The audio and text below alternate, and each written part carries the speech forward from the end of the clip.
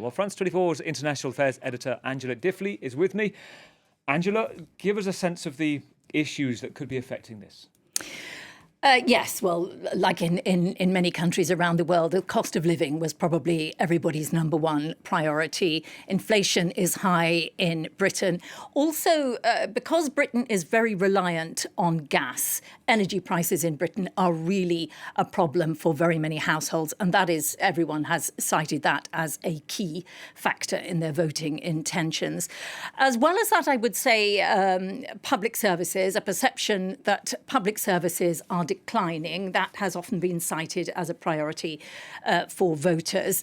The Tories have been in power, the Conservatives have been in power since 2010.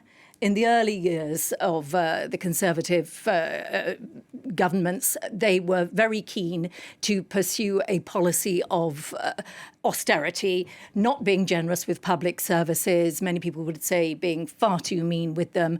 Many people say they have declined. The quality is bad. We've seen a series of strikes in Britain, the National Health Service, nurses, doctors, trains, and several other sectors as well. There is a perception that public services have not been given the attention they need under the Tories.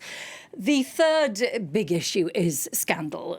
The last few years, since 2019, since the last local elections, under the Conservatives, we are now on the fourth Conservative Prime Minister. Theresa May ousted for her handling of Brexit. Boris Johnson, where do you begin? A roller coaster prime ministership. And he was obviously ousted because of the Partygate scandal, holding parties during COVID. Liz Truss, economic meltdown. Now things appear steadier under Rishi Sunak, but a lot of voters want to punish the Tories, and that's one of the reasons for their low polling last night. It should be said, local elections are about collecting bins, schools, but often they are informed by wider priorities as well.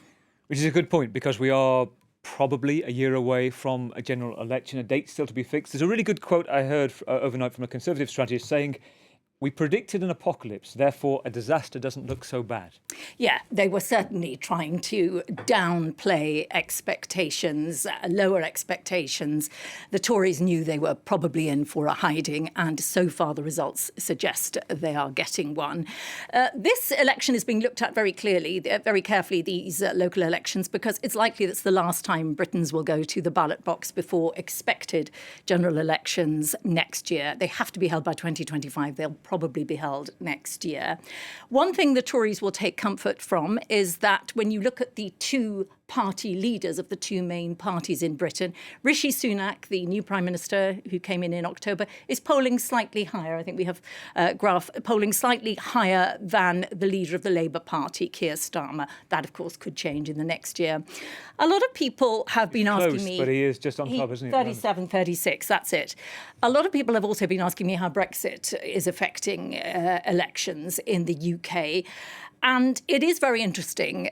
For the Tories, there has very recently, polls have shown that a narrow majority of Britons now wish they had not chosen to leave the European Union. So it is not an easy subject now for the Conservatives, an even harder subject for Labour, which was massively divided last time around. They are very keen to avoid it. So it might surface unwelcomely to those two parties, but it might surface over the next year. For the moment, they are avoiding it.